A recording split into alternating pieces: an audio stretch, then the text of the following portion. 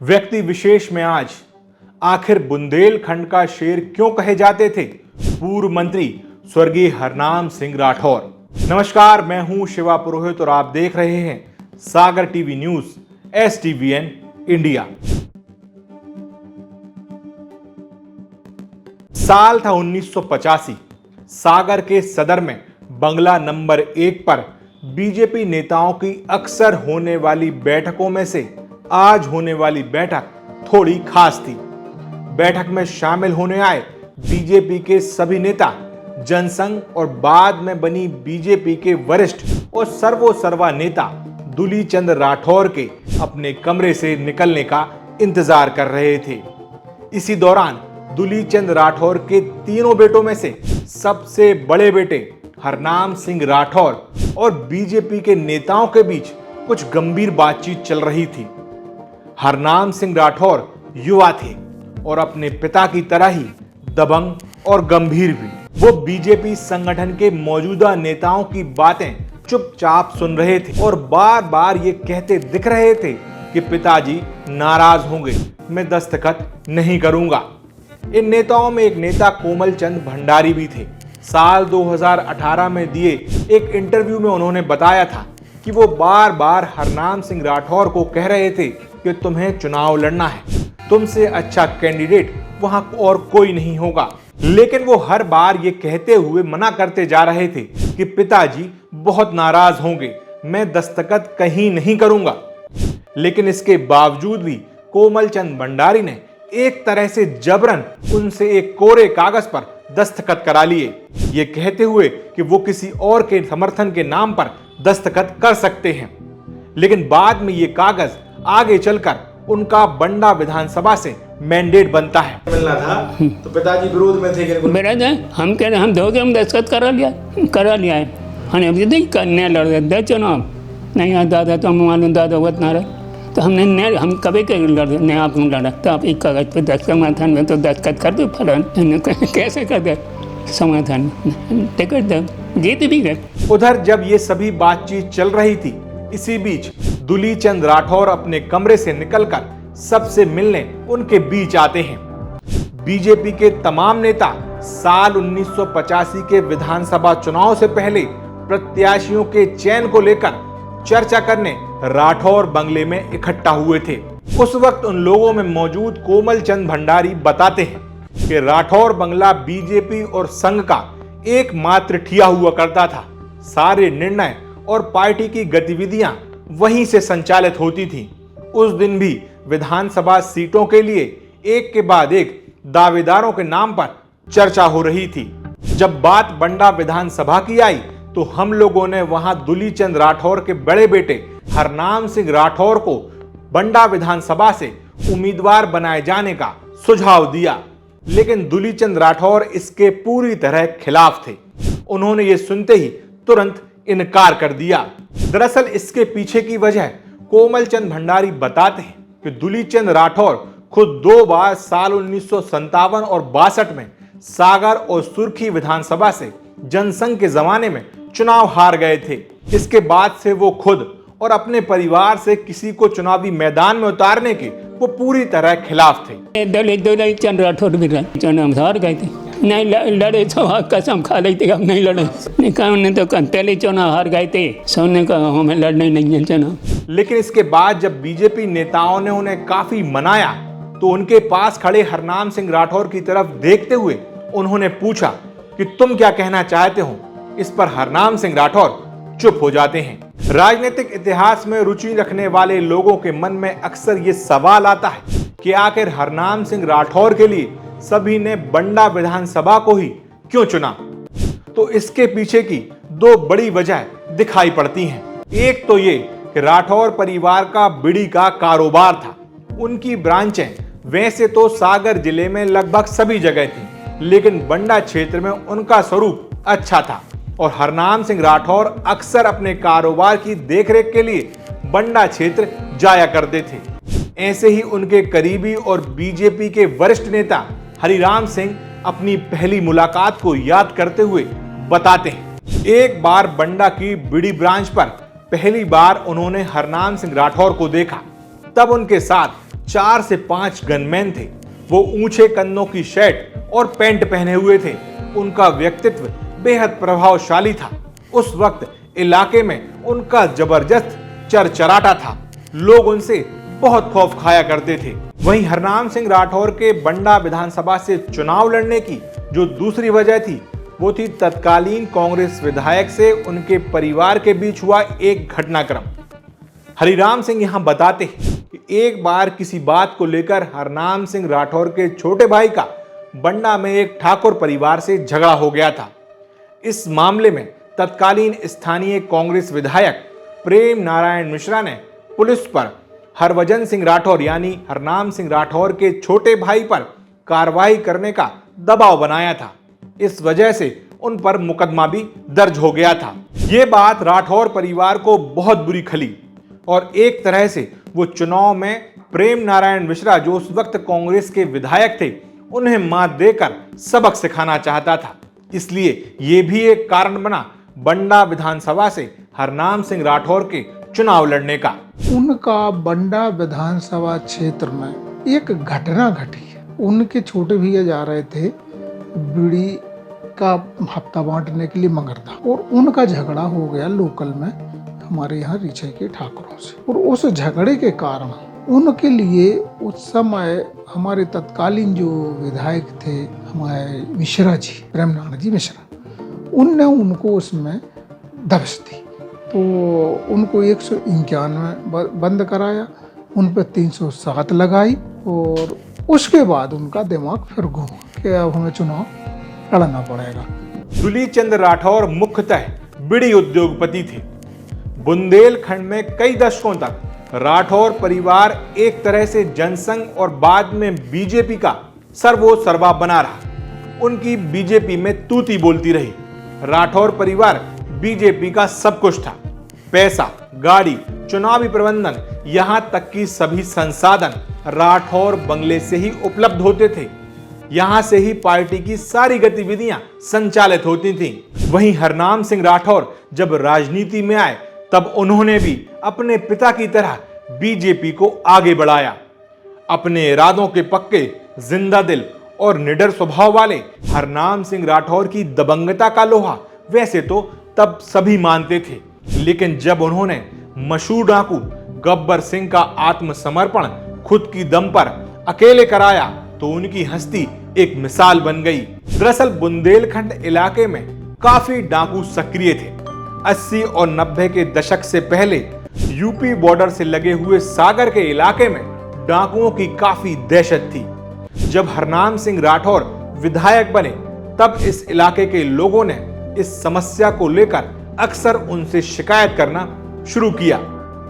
उनका और उनके पिता का भी कई बार डाकुओं से आमना सामना भी हुआ। एमपी और यूपी में आतंक का पर्याय बने मशहूर डाकू गब्बर सिंह और उसकी गैंग का उन्होंने आत्मसमर्पण भी कराया। बीजेपी के वरिष्ठ नेता हरिराम सिंह इस वाकया को याद करते हुए बताते हैं, हरनाम भैया ने जब डाकू गब्बर सिंह का सिलेंडर कराया, मोतीलाल बोहरा उस वक्त सीएम हुआ करते थे। हरनाम भैया यूपी में धसान नदी को पार करते हुए गब्बर सिंह की गैंग को लेकर आए थे। तब चारों तरफ फोर्स लगी हुई थी।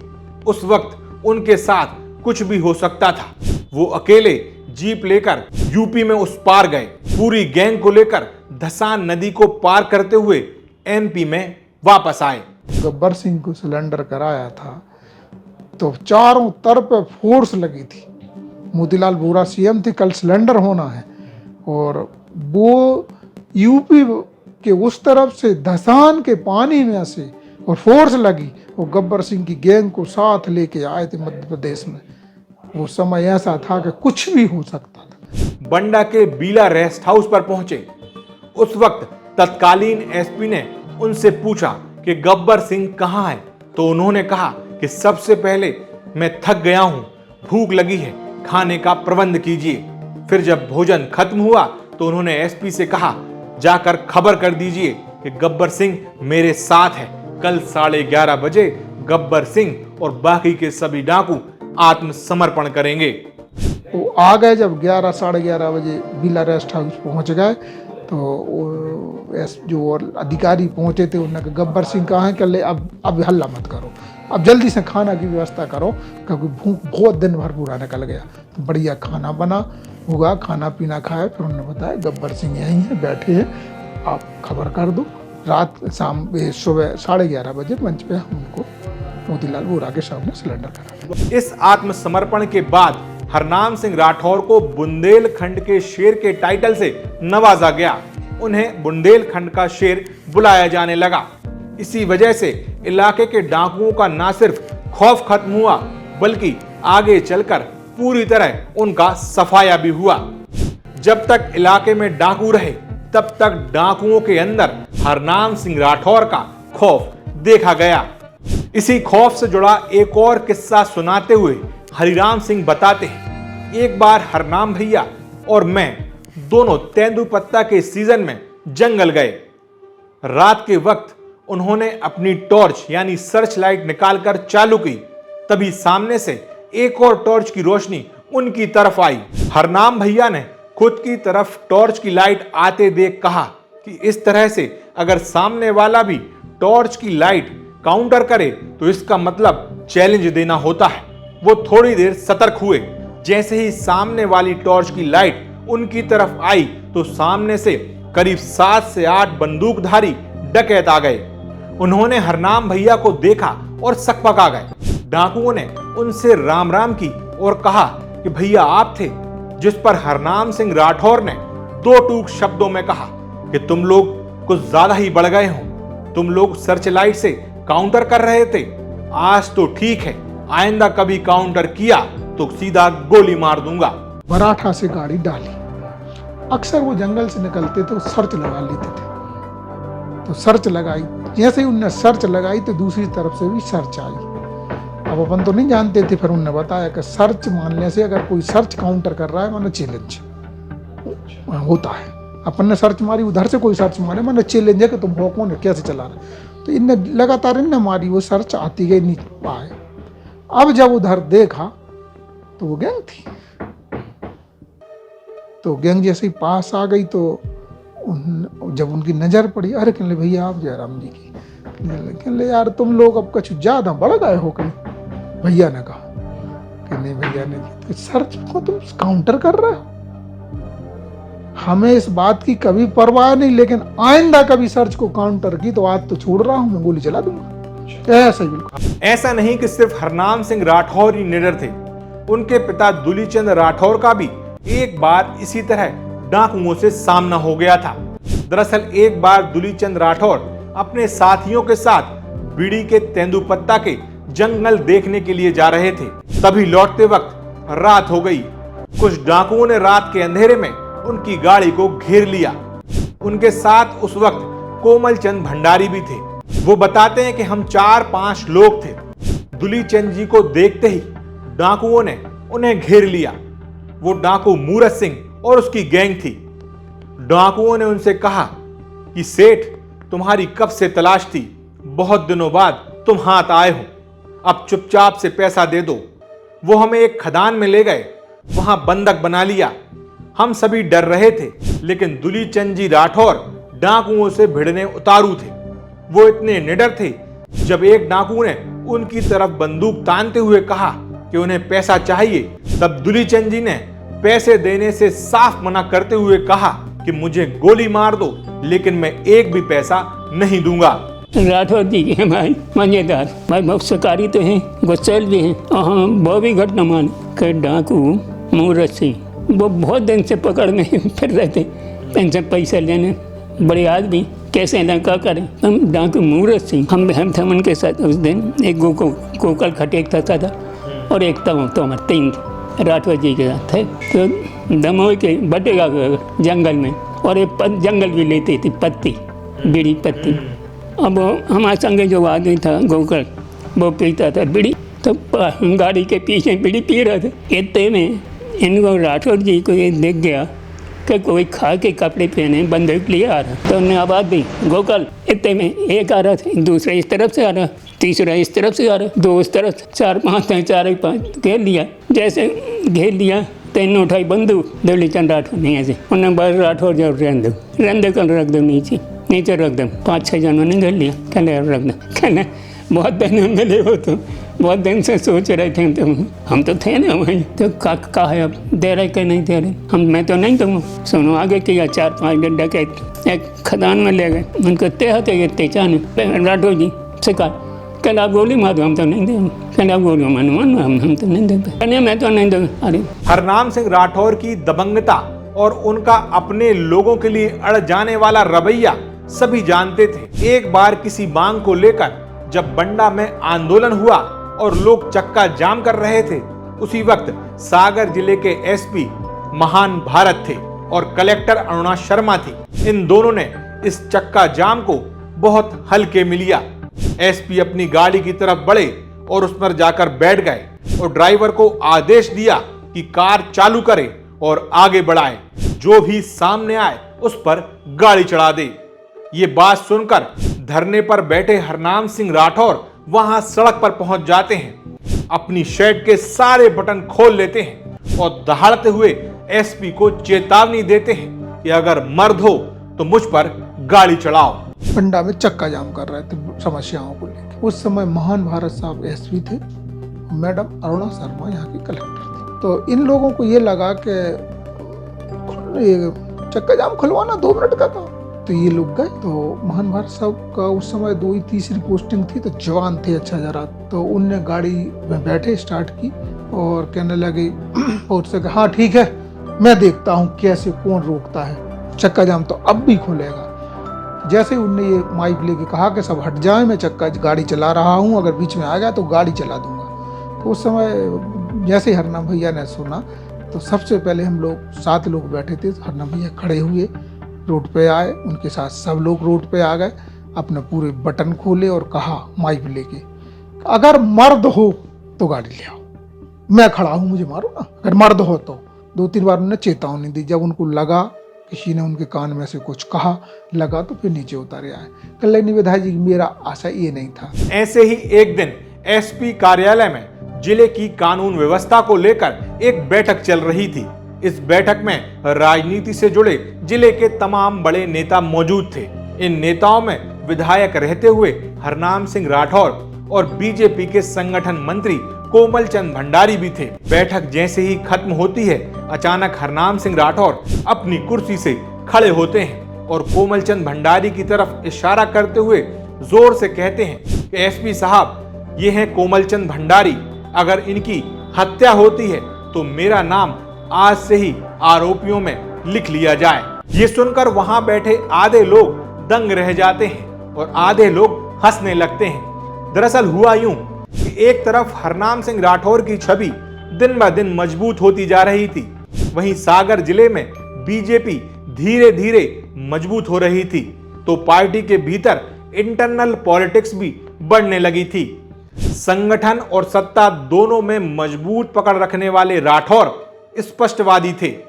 किसी भी नेता को आड़े हाथों लेने में उन्हें कभी सोचना नहीं पड़ता था। ऐसे ही एक बार उनके तत्कालीन संगठन मंत्री कोमल चंद भंडारी से रिश्तों में खटास आ गई। खुद स्वर्गीय कोमल चंद भंडारी ने एक इंटरव्यू में बताया था कि हरनाम सिंह राठौर अक्सर पटवा सरकार से अपनी नाराजगी सार्वजनिक रूप से बोलते थे।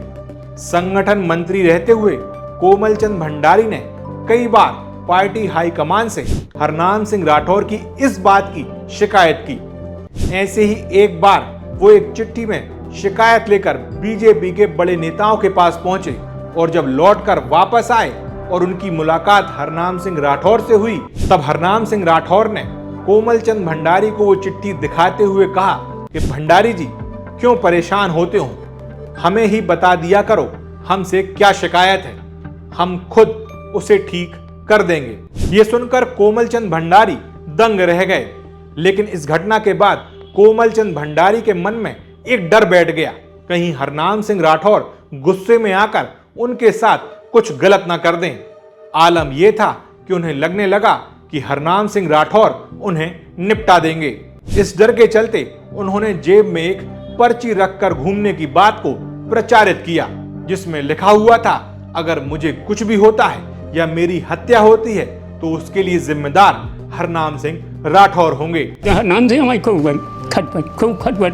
हरनाम सिंह से पहले लड़ा। हरनाम सिंह उल्टी सीधी बातें बकते रहते, तो मुख्यमंत्री वगैरह सोहानो लिख के भेज दिया उनसे कि हरनाम सिंह ऐसे ऐसे भाई। और एक आदमी चिट्ठी दी किया जाए, उन्हें हम देने हैं और को नहीं दें बताने, उन्हें दूसरों को बता दो बजट वो चिट्ठी जो सेट करें थे एक आदमी होते कार्यालय में, तो बस चिट्ठी हमारी जहाँ के तहाँ इनके पास आ गया नाम के। हमने इनके खिलाफ चिट्ठी लिखी, तब से कि हमारे विरोधी हुए। हमें ऐसा लगा ये हम निपटा देंगे ये हमें उतनी सी बात को लेकर। अच्छा। हम एक और हमने सुबह पर हम तो एक जेब में चिट्ठी रखते हैं, फिर मेरा मर्डर हो जाए तो इसमें हरनाम सिंह का नाम संजा जावे, वह खबर उनके न पहुँच गए। एसपी कार्यालय में भाई बैठा सारे अधिकारी, सो एसपी साहब से साहब अगर इनका भंडारी जी का मर्डर हो जाए तो मेरे उसका नाम जोड़ लिया जाए। लेकिन एसपी कार्यालय में हुए इस घटनाक्रम के बाद ये मनमुटाव ज्यादा दिन नहीं रह पाया और जब हरनाम सिंह राठौर मंत्री बने और कोमल चंद भंडारी एक दिन उन्हें माला पहनाने पहुंचे तो उन्होंने सम्मान पूर्वक कहा कि आप मेरे पिताजी के साथी हैं, मैं आपसे माला नहीं पहन सकता, और झुककर उन्हें प्रणाम किया। और यहाँ से इन दोनों के संबंध एक बार फिर से हमेशा की तरह सामान्य हो गए। फिर जब मिनिस्टर बन गए माला पहनने, अब हमारे पिताजी को हम तो नहीं पहने आपके यहाँ से, अब हमारे पिताजी के बरूबर अच्छा व्यवहार। स्वर्गीय हरनाम सिंह राठौर के व्यक्तित्व को एक एपिसोड में बता पाना बेहद मुश्किल है। कई दशकों तक सागर की राजनीति के सर्वा नेता बने रहे हरनाम सिंह राठौर के ये कहानी की शुरुआत बस थी। अभी इस कहानी में उनकी और सागर जिले के एक बड़े शराब कारोबारी की दुश्मनी की कहानी सुनाना बाकी है। मध्य प्रदेश के पूर्व सीएम उमा भारती से जुड़े कई अनसुने किस्से भी हैं।